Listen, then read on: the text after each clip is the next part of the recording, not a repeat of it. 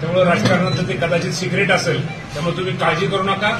येणाऱ्या दिवसामध्ये खूप काय काय चांगले नेते तुम्हाला राष्ट्रवादीमध्ये प्रवेश केलेले दिसतील. त्याप्रमाणे काही लोक जाण्याचे प्रयत्न नाही किंवा ते रोखली जाणार आहेत का जी गेलेले आहेत जे आता नवीन येतील गेलेले आता मी तुमच्याच माध्यमातून ऐकते. अजून तरी आजपर्यंत कुणी आमच्याकडनं आमचा पक्ष सोडलेला नाही. त्यांचाही दादांवरती आणि दादांचा त्यांच्यावरती विश्वास आहे. त्या बाबतीमध्ये कुणी केलेलं नाही. जर त्यांचा कोणाचा गैरसमज असेल तर तो गैरसमज दूर करण्याचा प्रयत्न हा राष्ट्रवादी पक्षाच्या माध्यमातून याला दूर केला जाईल. उद्या दत्तात्रय भरणे जरी राष्ट्रवादी पक्ष सोडून गेला तर दुसरी राष्ट्रवादीची टीम प्रत्येक ठिकाणी तयार असते. तर दत्तात्रय भरणे गेल्यानंतर राष्ट्रवादीला इतका फरक पडतो असं काही नाहीये. परंतु अनेक नवीन लोक राष्ट्रवादीमध्ये प्रवेश करण्यात इच्छुक आहेत आणि येणाऱ्या काळामध्ये तुम्हाला सर्वांना ते म्हणजे त्याचा अर्थ असा घ्यायचा का म्हटलेलं आहे.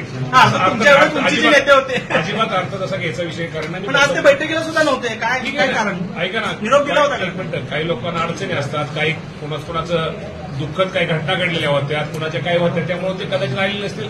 पण त्याचा गैरसमज दूर करण्याचा प्रयत्न आम्ही शेवटच्या दिवसापर्यंत करणार आहोत.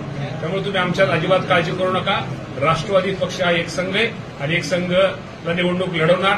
गेल्या वेळेस पक्ष सोलापूर जिल्ह्यामध्ये, शहरामध्ये आणि ग्रामीण भागामध्ये चित्र आम्ही म्हणणार नाही की आमची मेजॉरिटी आमचं सगळंच होईल. पण येणाऱ्या काळामध्ये तुम्हाला राष्ट्रवादी पक्षामध्ये चांगलं चित्र, मागच्या वेळेस पक्षा तुम्हाला आकडे जास्त दिसतील.